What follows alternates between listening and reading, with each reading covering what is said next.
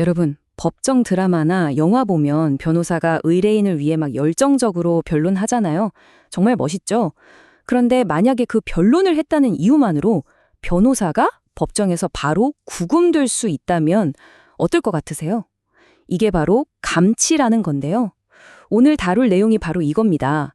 판사의 법정 질서 유지 권한이랑 변호사의 변론권이 정면으로 꽝 하고 부딪히는 변호인 감치 문제.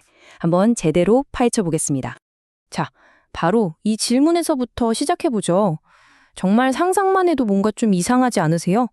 변호사가 내가 이 말하면 혹시 판사한테 밉보여서 감치당하는 거 아니야? 이런 걱정을 하게 된다면 과연 자기 의뢰인을 위해서 제대로 싸울 수 있을까요? 절대 못하겠죠. 이건 그냥 변호사 한 명 혼내고 끝나는 문제가 아닙니다. 우리 사법 시스템 전체가 공정하냐 아니냐를 가르는 정말 중요한 문제라고 할 수 있습니다. 자, 그래서 오늘은 이 순서대로 한번 살펴볼 거예요. 먼저 변호인 감치가 대체 뭔지, 그리고 국제적으로는 이걸 어떻게 보는지, 또 이게 어떤 나비 효과를 불러오는지, 그리고 이게 혹시 사법권 남용은 아닌지, 마지막으로 해결책은 없는지까지 차근차근 따라와 보시죠. 네, 그럼 바로 첫 번째 이야기부터 시작해 볼까요? 변호인을 감치한다는 거? 이게 그냥 법정 좀 조용히 시키려는 단순한 조치일까요? 핵심은 바로 여기에 있습니다. 이건 그냥 질서 유지 차원이 아니라는 거예요. 국가가, 사법부가 변호사의 가장 중요한 임무인 변론 자체를 막아서는 행위나 다름없다는 거죠. 변호사의 입을 막고 손발을 묶어버리는 거나 마찬가지예요. 이건 정말 사법 절차의 근간을 흔들 수 있는 엄청나게 강력한 조치입니다. 그렇다면 다른 나라들은, 그리고 국제사회는 이 문제를 어떻게 보고 있을까요? 한번 국제적인 기준, 그러니까 글로벌 스탠다드는 어떤지 살펴보겠습니다. 이게 바로 유엔의 변호사의 역할에 관한 기본 원칙인데요. 16조를 보면 아주 명확하게 나와 있습니다. 정부는 변호사가 협박, 방해, 괴롭힘 또는 부당한 간섭 없이 일할 수 있도록 보장해야 한다.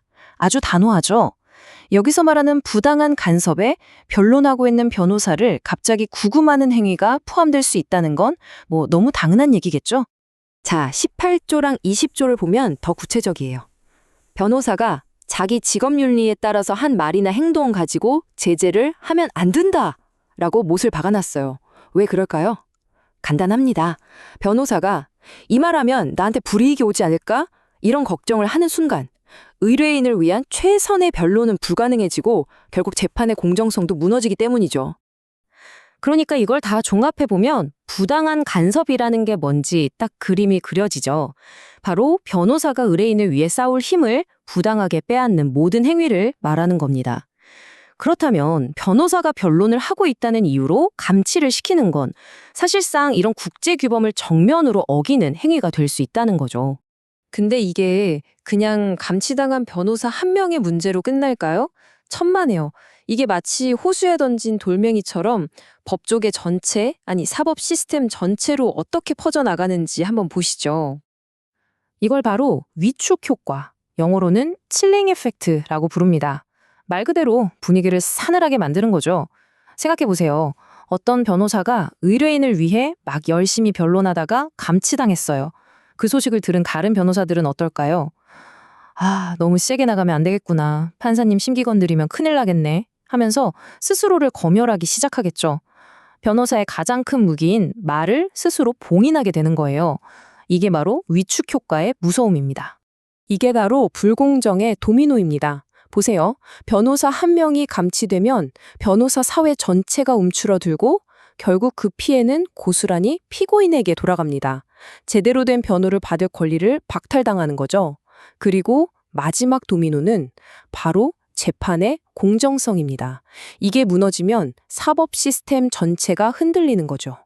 물론이죠. 법정 질서 중요합니다.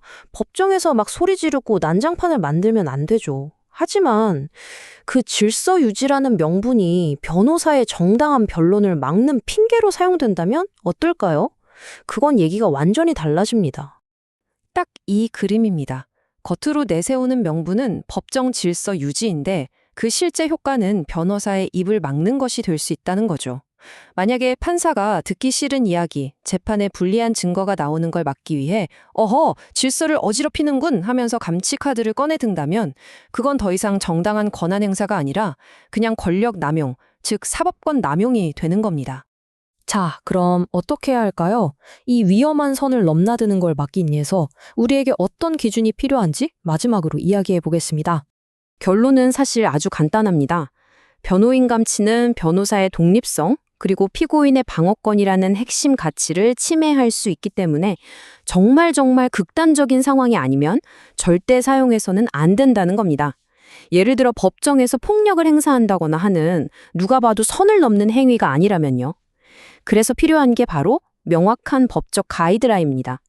판사의 기분에 따라 고무줄처럼 늘었다 줄었다 하는 기준이 아니라 누구도 자의적으로 해석할 수 없는 아주 엄격하고 명확한 기준 말이죠.